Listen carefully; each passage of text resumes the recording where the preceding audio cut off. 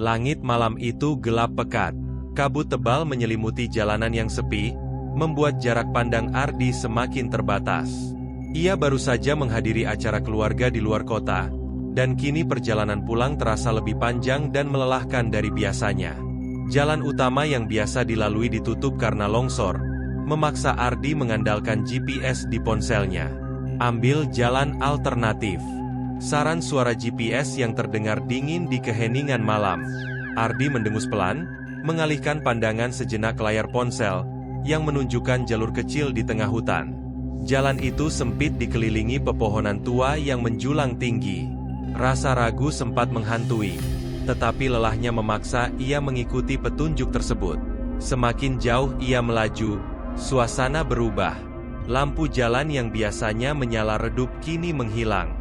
Hanya ada sinar dari lampu mobil yang menerangi suara hutan malam mulai terdengar. Desiran angin bercampur dengan bunyi binatang malam. Meskipun AC mobil menyala, keringat dingin mulai mengalir di pelipis Ardi. Tinggal beberapa kilometer lagi, gumamnya, berusaha menenangkan diri. Namun saat jalan semakin menanjak dan berkelok, GPS tiba-tiba kehilangan sinyal. Layar ponsel menampilkan tulisan "No Service". Ardi menginjak rem menghentikan mobil di tepi jalan. Ia mencoba mengutak-atik ponsel, berharap sinyal kembali, tapi sia-sia dengan perasaan cemas. Ia memandang, ke depan jalur kecil itu masih membentang, membawanya lebih jauh ke dalam kegelapan. Pilihan untuk berbalik arah terlintas, tetapi rasa penasaran lebih besar. Mungkin desa kecil ini cuma lewat sebentar. Pikirnya, ia menyalakan mesin kembali, dan melanjutkan perjalanan. Berharap segera menemukan peradaban. Yang ia temukan, bukanlah desa biasa. Di balik tikungan terakhir, muncul deretan rumah-rumah tradisional yang berdiri rapi di sepanjang jalan. Desa itu tampak seolah menyambutnya tenang, bersih, dan diterangi lampu kuning redup yang menggantung di setiap beranda rumah. "Ah, akhirnya," kata Ardi dengan napas lega. Meski hatinya merasa ada yang janggal, ia belum tahu, malam itu akan menjadi malam yang panjang dan mencekam. Mobil Ardi perlahan melintasi jalan utama desa itu. Rumah-rumah kayu berjajar rapi dengan desain tradisional yang terawat. Lampu minyak menggantung di setiap beranda, memberikan penerangan lembut yang memancarkan kehangatan. Namun meskipun tampak begitu sempurna, suasana desa ini terlalu sunyi untuk ukuran sebuah pemukiman. Tak ada suara televisi, tawa anak-anak, atau aktivitas malam lainnya.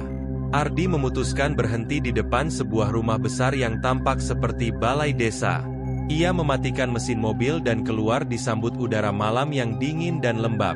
Tidak lama kemudian, seorang pria tua dengan tongkat kayu muncul dari dalam rumah. Wajahnya penuh keriput, tapi matanya yang hitam pekat tanpa hidup seolah mengawasi setiap gerakan Ardi. "Selamat malam Tuan," sapa pria tua itu dengan suara parau namun ramah. "Anda tersesat?" Ardi mengangguk pelan mencoba tetap tenang meski perasaan aneh mulai menghinggapinya. "Ya Pak, GPS saya membawa saya ke sini." "Apakah ini desa? Apa namanya?" Pria tua itu tersenyum tipis menunjukkan deretan gigi kuningnya desa. "Kami tidak punya nama, tapi kami selalu menyambut tamu dengan tangan terbuka." Kemudian beberapa orang keluar dari rumah-rumah sekitar. Mereka semua mengenakan pakaian sederhana dan tersenyum ramah. Tapi tatapan mata mereka sama kosong, seperti menatap. Tapi tidak benar-benar melihat salah satu wanita membawa nampan berisi minuman hangat menyerahkannya kepada Ardi. "Minumlah, perjalananmu pasti melelahkan," katanya lembut. Ardi ragu sejenak, tapi akhirnya menerima gelas itu setelah menyeruputnya. Rasa lelah Ardi sedikit mereda, meski rasa waspada tetap ada. "Terima kasih," ucap Ardi sambil menyerahkan kembali gelasnya. "Sebenarnya saya hanya ingin tahu jalan keluar dari desa ini. Saya perlu melanjutkan perjalanan." Pria tua itu tertawa kecil. Suaranya seperti geraman ringan. "Ah, tidak perlu terburu-buru. Anda bisa bermalam di sini. Kami akan pastikan Anda istirahat dengan nyaman." Ardi ingin menolak, tapi melihat keadaan sekitarnya, jalan gelap dan hutan lebat, Ia sadar tak ada pilihan lain. Baiklah, tapi hanya semalam, katanya. Pria tua itu mengangguk dan mempersilakannya masuk ke sebuah rumah tamu. Rumah itu bersih, berbau kayu segar, dan dilengkapi dengan lilin-lilin yang menyala di setiap sudut. Ardi merasa sedikit lega, meskipun perasaan bahwa ada sesuatu yang salah tetap membayangi pikirannya. Namun, saat ia duduk di tepi ranjang dan mencoba memejamkan mata, ia mendengar sesuatu bisikan lembut dari luar jendela seperti suara banyak orang berbicara dengan nada rendah. Ia menoleh perlahan. Jantungnya berdegup kencang. Tidak ada apa-apa di luar jendela. Hanya bayangan pepohonan dan sinar bulan yang samar. Tetapi bisikan itu terus berlanjut seakan memanggilnya. Pagi harinya, Ardi terbangun dengan rasa lelah yang masih menempel. Mimpi-mimpi aneh mengganggunya sepanjang malam. Wajah-wajah tanpa mata, tangan-tangan dingin yang mencoba meraih, dan bisikan-bisikan yang tak henti menggumamkan kata-kata yang tak ia mengerti. Matahari pagi seharusnya membawa rasa lega, tetapi desa itu tetap terasa sama seperti sebelumnya. Tenang namun mencekam. Ardi keluar dari rumah tamu dan melihat beberapa penduduk sudah beraktivitas. Mereka bergerak dalam pola yang hampir mekanis. Setiap langkah, setiap gerakan terlihat seragam, seperti sedang mengikuti irama yang hanya mereka yang tahu. Tidak ada obrolan ringan, tidak ada suara tertawa, hanya suara angin dan gemerisik langkah kaki pagi. "Nak," sapa pria tua dari semalam kini berdiri di depan rumahnya. Ardi mengangguk singkat. "Bisa tunjukkan jalan keluar dari desa ini?" Pria tua itu tersenyum. Samar seperti seseorang yang tahu lebih dari yang ia sampaikan. "Tapi sebelum pergi, kenapa tidak sarapan dulu? Perjalananmu pasti panjang." Meski Ardi setuju, ia mengikuti pria tua itu menuju balai desa di mana beberapa penduduk sudah menyiapkan makanan. Semuanya tampak normal. Tapi rasa waspada Ardi meningkat ketika ia melihat jam dinding besar di balai desa. Jarumnya tidak bergerak, tetap menunjukkan jarum jam 8.00. "Jamnya rusak?" tanya Ardi sambil menunjuk ke arah jam. Seorang wanita muda yang sedang menuang teh hanya tersenyum. Tanpa menjawab, ia menunduk. Tangannya gemetar, seolah takut pada sesuatu yang tidak terlihat. Setelah sarapan, Ardi kembali mencoba menggunakan ponselnya. Namun, seperti sebelumnya, layarnya hanya menampilkan tulisan "No Service".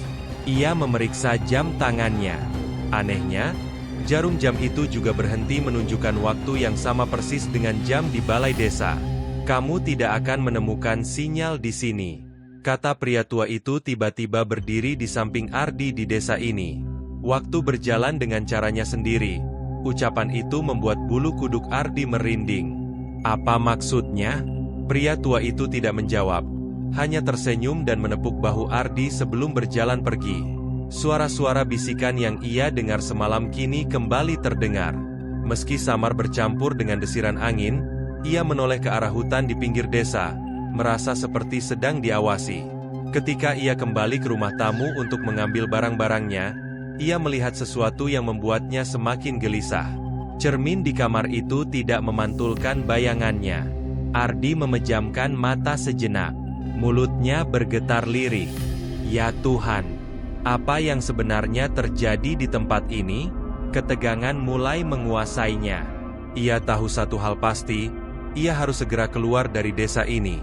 Setelah berkemas, Ardi memutuskan untuk menemui pria tua tadi untuk meminta petunjuk keluar. Ia menemukan pria itu duduk di bangku. Pohon besar di tengah desa tampak seperti sedang menunggu. Warga lainnya sibuk dengan kegiatan yang monoton, seolah mereka tidak peduli dengan kehadiran Ardi. "Pak, saya benar-benar perlu pergi. Sekarang bisa tolong tunjukkan jalan keluar dari desa ini?" tanya Ardi dengan nada tegas. Meski ketakutan mulai menguasai dirinya, pria tua itu menghela nafas panjang lalu menatap Ardi dengan sorot mata yang sulit diartikan. "Nak, sebelum kamu pergi, ada hal yang harus kau ingat." Ardi mendengarkan dengan waspada. "Di desa ini ada aturan yang harus kau patuhi, aturan yang tidak boleh dilanggar," katanya sambil mengetuk-entukkan tongkatnya ke tanah. "Pertama, jangan pernah keluar rumah setelah tengah malam. Kedua, apapun yang terjadi, Jangan menyeberang jembatan merah di ujung desa. Ardi terdiam sejenak mencoba mencerna apa yang baru saja didengarnya. Tanyanya. Akhirnya, pria tua itu menatapnya lama, lalu menjawab dengan suara berat. Di luar sana ada hal-hal yang tidak bisa kau pahami. Mereka menunggu dan sekali kau melanggar, kau tidak akan pernah bisa kembali. Ardi merasakan hawa dingin merayap di punggungnya. Ia berusaha menahan diri untuk tidak terlalu memikirkan ucapan itu, meskipun rasa ingin tahunya mulai memuncak. Baiklah, kata Ardi akhirnya mencoba terdengar. Meyakinkan, saya akan mematuhi aturan itu. Pria tua itu mengangguk pelan. Bagus sekarang. Ikuti jalan utama dan kau akan menemukan pintu keluar. Tapi ingat, jangan pernah melirik ke kanan dan belakang. Ardi merasakan perasaan aneh. Ia berterima kasih dan segera kembali ke mobilnya. Saat ia akan menyalakan mesin mobilnya, ia memperhatikan peta desa kecil itu di benaknya. Jalan utama jelas mengarah ke jembatan merah yang disebut pria tua tadi. Rasa penasaran mulai menguasainya. Apa yang sebenarnya ada di balik jembatan itu? Namun ia menepis pikiran itu dan memutuskan untuk tetap mengikuti jalan sesuai petunjuk. Ketika mobil mulai melaju, suasana desa semakin terasa ganjil. Setiap rumah yang ia lewati tanpa kosong, meskipun ia ingat jelas ada orang di sana. Beberapa saat yang lalu, saat ia hampir mencapai pintu keluar desa, jalanan tampak seperti berputar kembali ke titik awal. Berulang kali ia melewati rumah yang sama, balai desa, bahkan pohon besar tempat pria tua itu duduk sebelumnya. Namun kini pria tua itu menghilang. Keringat dingin mengalir deras di pelipis Ardi.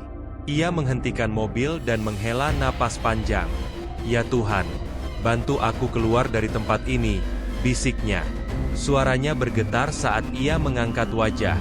Di kejauhan, ia melihat jembatan merah itu berdiri tegak di atas sungai kecil yang mengalir tenang. Rasanya seperti jembatan itu memanggilnya. Namun di dasar hatinya, ia tahu bahwa melanggar aturan bukanlah pilihan yang bijak. Malam mulai merayap perlahan menyelimuti desa.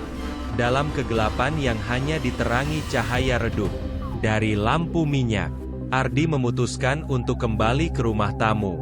Pikirannya penuh dengan kegelisahan. Setiap langkahnya terasa berat, seolah desa ini semakin menolak kepergiannya. Ia duduk di tepi ranjang, mencoba menenangkan diri. Ini hanya mimpi buruk, gumamnya berusaha meyakinkan diri. Namun suara bisikan kembali terdengar. Kali ini lebih jelas datang dari luar jendela. Kamar Ardi berdiri perlahan mendekati jendela dengan hati-hati. Tirai tipis berkibar tertiup angin memperlihatkan pemandangan halaman desa yang diterangi cahaya bulan. Di bawah cahaya pucat itu, Ardi melihat sesuatu yang membuat darahnya membeku. Penduduk desa yang sebelumnya tampak ramah dan bersahaja, kini berubah wujud. Tubuh mereka memudar, seperti bayangan yang nyaris transparan. Mata mereka yang tadi tampak kosong, kini berkilauan merah menyala. Gerakan mereka tak lagi kaku dan lamban, melainkan melayang seperti mereka tidak lagi terikat pada hukum gravitasi. Ardi mundur, perlahan tubuhnya gemetar. Ia menutup mulutnya untuk menahan teriakan. Apa yang ia lihat bukan lagi manusia, melainkan makhluk yang hanya ada dalam mimpi buruk. Beberapa dari mereka mulai berkumpul di sekitar pohon besar di tengah desa. Seolah sedang melakukan sebuah ritual, mereka menggumamkan sesuatu dalam bahasa yang tak dimengerti Ardi. Suara mereka seperti bergema di seluruh desa. Tuhan, apa ini? Ardi berbisik dengan suara parau.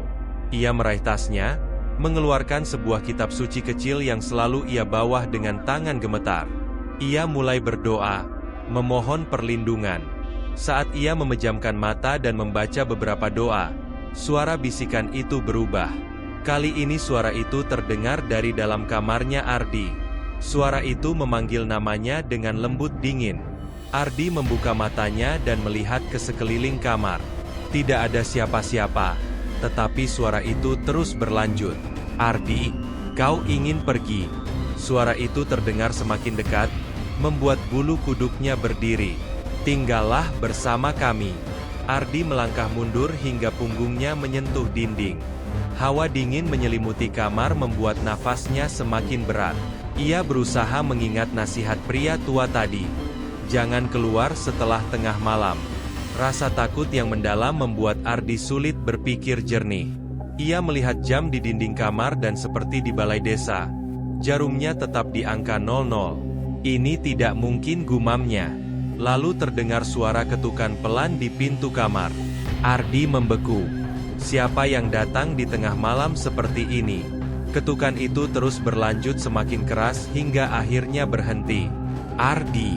Suara itu kini terdengar langsung dari balik pintu, membuatnya merinding. Ia menatap pintu kayu itu dengan nafas tertahan, berdoa dalam hati agar apapun yang ada di luar sana pergi. Tiba-tiba suara ketukan berhenti, digantikan oleh keheningan yang mencekam. Ardi memutuskan untuk tidak membuka pintu, berusaha bertahan hingga pagi. Namun, dalam hati kecilnya ia tahu bahwa malam ini belum berakhir. Pagi itu datang tanpa tanda-tanda kehidupan yang baru. Matahari seolah enggan menyinari desa, meninggalkan suasana kelabu yang membuat segalanya tampak seperti mimpi buruk yang tak berujung. Ardi bangkit dari tempat tidur dengan tubuh lunglai. Meski semalaman ia nyaris tidak tidur, matanya merah dan lelah, tetapi tekadnya sudah bulat. Ia harus keluar dari desa ini, bagaimanapun caranya. Setelah memastikan semua barangnya siap, ia bergegas keluar dari rumah tamu. Desa masih sunyi. Hanya sesekali terdengar langkah kaki yang tidak terlihat. Kali ini tidak ada warga yang menyapanya. Tidak ada pria tua dengan senyumnya yang penuh teka-teki. Semua tampak seperti desa mati. Ardi masuk ke dalam mobilnya dan mencoba menyalakan mesin untuk sesaat. Suara mesin terdengar, memberikan harapan kecil bahwa ia bisa pergi. Namun tiba-tiba mesin mati, meninggalkan Ardi dalam keheningan yang menusuk. Setiap kali ia memutar kunci, mesin hanya bergeming. Sebelum kembali diam, Ardi merasakan keringat dingin mengalir di pelipisnya. Ia keluar dari mobil dan memeriksa kap mesin. Meski ia tahu tidak ada yang bisa diperbaiki tanpa alat. Saat itulah ia mendengar suara langkah kaki di belakangnya. Ardi berbalik cepat, namun tidak ada siapapun. Hanya jalan desa yang kosong membentang di depannya. Tidak ada waktu lagi, gumamnya. Ia memutuskan untuk meninggalkan mobil dan melarikan diri dengan berjalan kaki. Ia mengingat peta desa dalam benaknya, berusaha menuju pintu keluar yang seharusnya ada di ujung jalan. Langkah kakinya semakin cepat saat ia melewati rumah-rumah kosong. Jantungnya berdegup kencang, terutama saat suara bisikan itu kembali terdengar. Kini lebih jelas dan menggema di seluruh desa. Ardi, kau tidak bisa pergi. Ardi berlari berusaha mengabaikan suara itu. Langkahnya tiba-tiba terhenti ketika ia menemukan dirinya kembali di tempat yang sama, di depan rumah tamu tempat ia menginap. Ia menoleh ke sekeliling dengan putus asa. Jalan yang ia lalui seharusnya lurus, tapi desa ini seolah-olah mempermainkannya. Ya Tuhan, tolong aku, Ardi berbisik sambil memegang kepala. Pikirannya kacau, tetapi ia tahu bahwa ia tidak bisa menyerah. Ardi melihat ke kejauhan dan mendapati jembatan merah yang dilarang oleh pria tua itu. Rasa putus asa mulai mengalahkan rasa takutnya jika jalan utama terus membawanya kembali ke desa. Mungkin melanggar aturan adalah satu-satunya jalan keluar. Tanpa memikirkan lagi, Ardi mulai melangkah menuju jembatan merah. Setiap langkahnya disertai rasa ragu dan perasaan bahwa ia sedang diawasi. Ketika ia mencapai ujung jembatan, ia berhenti sejenak menatap sungai kecil di bawahnya yang mengalir dengan tenang. Apapun yang ada di balik ini, aku harus mencobanya, kata Ardi lebih kepada dirinya sendiri. Ia melangkah ke atas jembatan, tidak menyadari bahwa saat itu seluruh desa mulai bergemuruh pelan seolah menentang keputusannya. Setiap langkah yang ia ambil seolah menantang aturan yang sudah tertanam dalam desa. Namun ia tahu bahwa tidak ada jalan lain ketika ia sampai di tengah jembatan. Suara bisikan yang sebelumnya samar kini semakin nyaring. Suara itu jelas memanggil namanya, bersahutan dari berbagai arah. Ardi kembali. Ia memejamkan mata sejenak berusaha menguatkan diri. Aku tidak akan kembali. gumamnya dengan suara lirih. Saat ia membuka matanya, sosok seorang anak kecil tiba-tiba muncul di ujung jembatan, menatapnya dengan tatapan sendu. Anak itu mengenakan pakaian lusuh dan memegang sebuah boneka kain yang tampak usang. "Kamu mau pergi ya?" tanya anak itu dengan suara lembut, hampir seperti bisikan. Ardi terkejut, tetapi ia mencoba tetap tenang. "Siapa kamu? Kenapa kamu ada di sini?" tanyanya sambil berjalan mendekat. Anak itu tidak menjawab. Sebaliknya, ia menunduk sambil memeluk bonekanya erat-erat. "Aku dulu juga mau pergi," katanya pelan. "Tapi aku tidak bisa." Ardi berhenti beberapa langkah dari anak itu. "Kenapa kamu tidak bisa pergi? Apa yang sebenarnya terjadi di desa ini?" desaknya. Suaranya bergetar.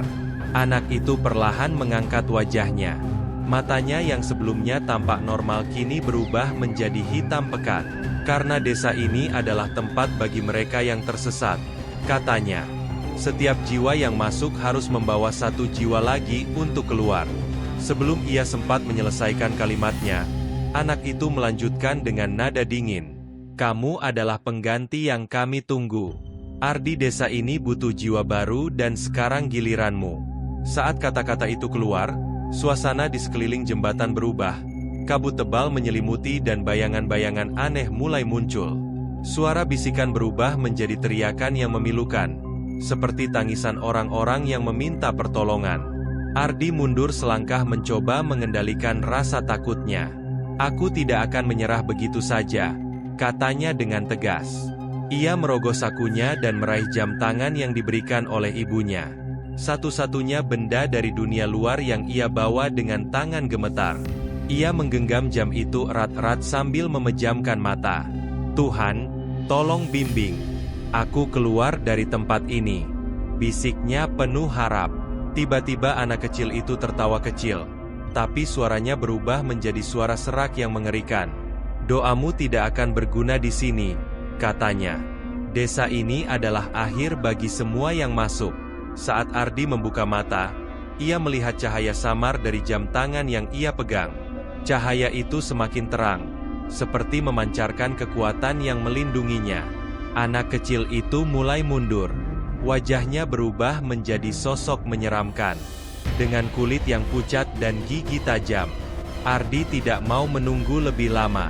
Ia berlari melewati anak itu menuju ujung jembatan. Meski tanah di bawahnya lengket terasa berat untuk berjalan, kakinya terasa semakin goyah.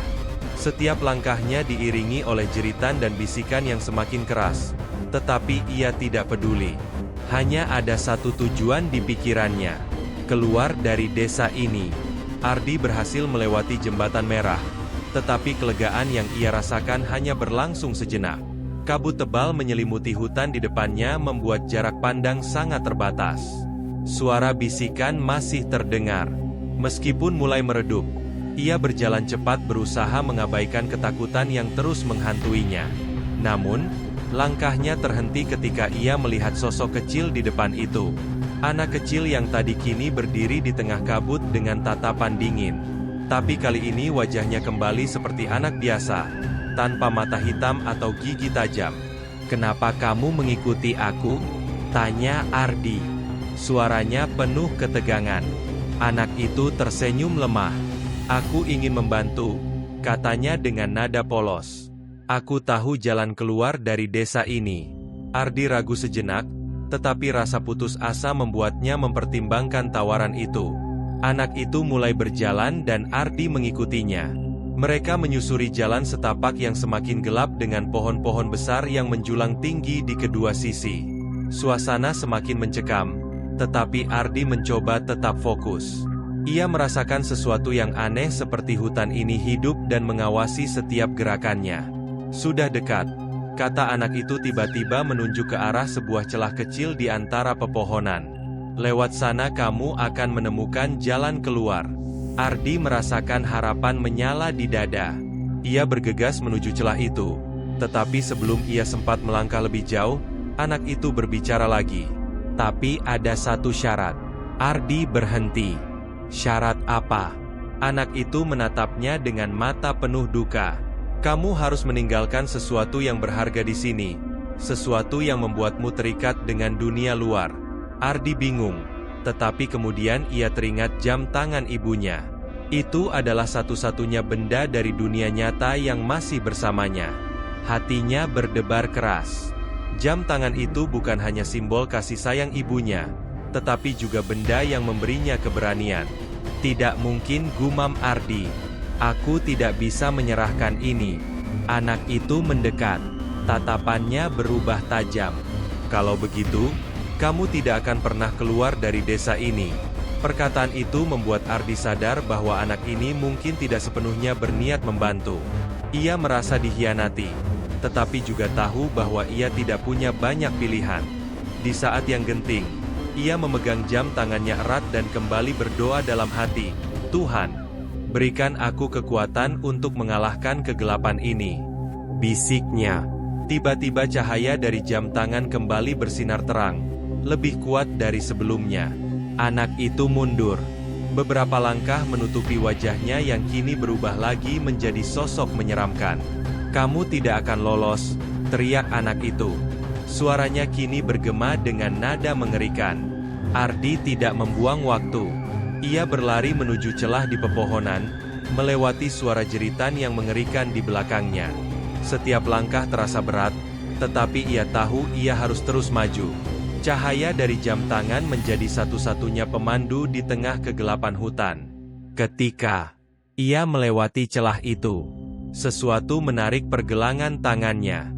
Namun dengan kekuatan terakhirnya, Ardi berhasil melepaskan diri dan terus berlari, hingga akhirnya ia melihat cahaya terang di kejauhan.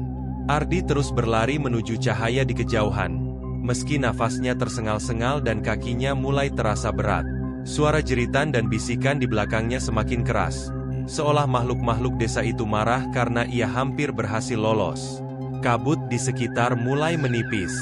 Namun bayangan-bayangan gelap mulai muncul di sekelilingnya, mengepungnya dari segala arah ketika ia hampir mencapai cahaya. Sosok anak kecil tadi muncul lagi, kini dalam wujudnya yang paling menyeramkan. Wajahnya memanjang, matanya yang hitam pekat, bersinar merah, dan tubuhnya melayang. Dengan tangan-tangan panjang yang bergerak cepat, anak itu menghadang Ardi. Ia menyeringai dengan taring tajamnya. "Kau pikir bisa lari begitu saja?" Suaranya bergema, terdengar dari segala arah. "Desa ini tidak akan membiarkanmu pergi." Ardi merasakan hawa dingin menjalar ke seluruh tubuhnya, tetapi ia tidak mau menyerah. Dengan satu gerakan cepat, ia meraih jam tangan yang masih bersinar terang. "Aku tidak akan menjadi bagian dari tempat ini," teriaknya. Makhluk itu melesat ke arahnya dengan kecepatan yang luar biasa. Mereka mencoba meraih Ardi. Namun, tepat sebelum makhluk itu menyentuhnya, Ardi mengangkat jam tangan ke depan. Cahaya dari jam itu meledak, memancarkan kilauan yang menyilaukan dan membuat makhluk itu berteriak kesakitan. Jeritan anak itu mengguncang seluruh hutan. Bayangan-bayangan gelap di sekitar Ardi mulai memudar. Satu persatu menghilang ke dalam kegelapan. Namun, pertarungan belum selesai. Tanah di bawah kakinya mulai retak dan akar-akar pohon besar menjulur keluar mencoba menjebaknya. Ardi terjatuh, tetapi ia segera bangkit. Cahaya dari jam tangan mulai meredup, tanda bahwa kekuatannya hampir habis. Dengan nafas tersengal, ia menatap makhluk itu yang kini tampak melemah. Tubuhnya mulai memudar seperti bayangan ini. Belum berakhir, desis makhluk itu sebelum akhirnya lenyap dalam semburan kabut hitam. Melihat celah kesempatan, Ardi mengumpulkan seluruh tenaganya dan berlari menuju cahaya di depan tanah.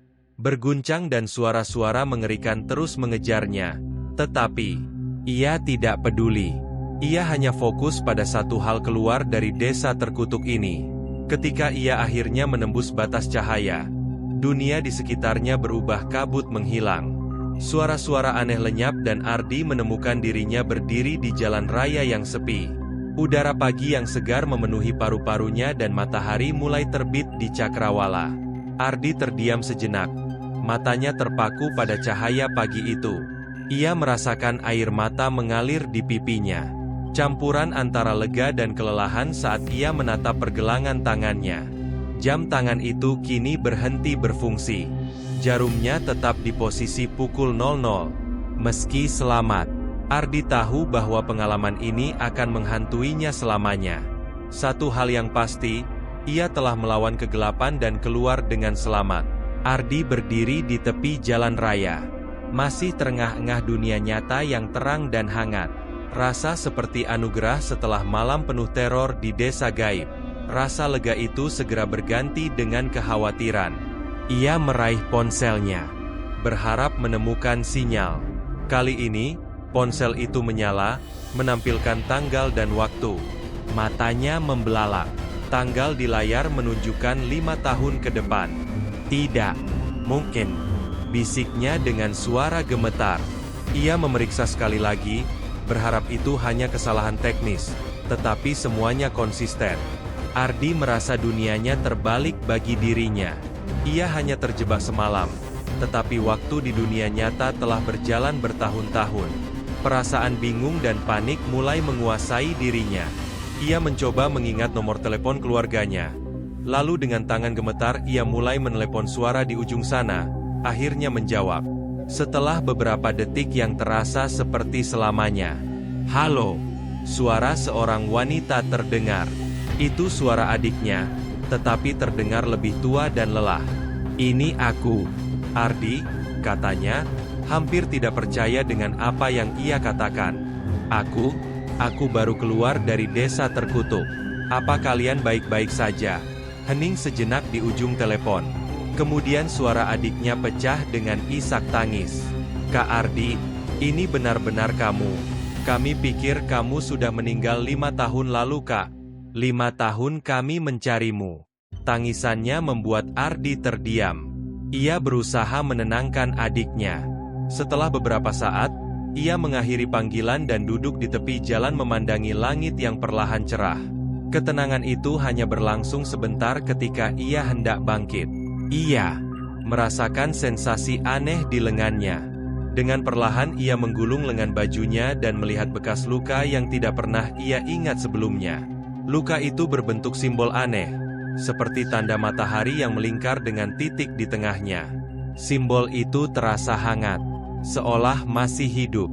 Ia menyentuhnya dengan ragu. Dan seketika itu juga bayangan wajah anak kecil dari desa gaib melintas di benaknya. Suara bisikan kembali terdengar.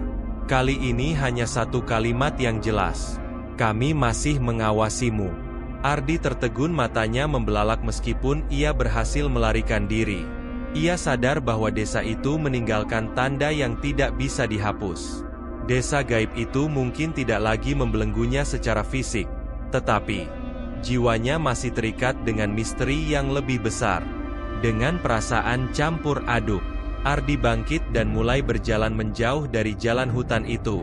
Masa depannya mungkin penuh dengan pertanyaan, tetapi ia berjanji pada dirinya sendiri untuk tidak pernah berhenti mencari jawaban. Satu hal yang ia tahu pasti, perjalanan ini belum benar-benar berakhir. Perjalanan Ardi adalah kisah tentang keberanian, ketakutan, dan pertarungan melawan sesuatu yang melampaui pemahaman manusia. Desa gaib itu menjadi simbol kekuatan gelap yang dapat menjerat siapa saja, tetapi juga pengingat bahwa harapan dan doa dapat menjadi pelita dalam kegelapan terdalam. Meski Ardi berhasil keluar, ia menyadari bahwa ada harga yang harus dibayar. Terkadang kejahatan tidak sepenuhnya lenyap, tetapi bersembunyi dalam bayang-bayang menunggu saat yang tepat untuk muncul kembali. Dan ketika itu terjadi, hanya mereka yang memiliki keberanian dan iman yang bisa bertahan. Kisah ini mengingatkan kita bahwa dalam kehidupan kita mungkin menghadapi situasi yang tampak mustahil. Namun, dengan tekad dan kepercayaan, kita selalu memiliki peluang untuk melawan dan menemukan jalan keluar. Mungkin seperti Ardi, perjuangan kita akan meninggalkan bekas, tetapi itu adalah bagian dari perjalanan hidup yang membentuk siapa diri kita sebenarnya.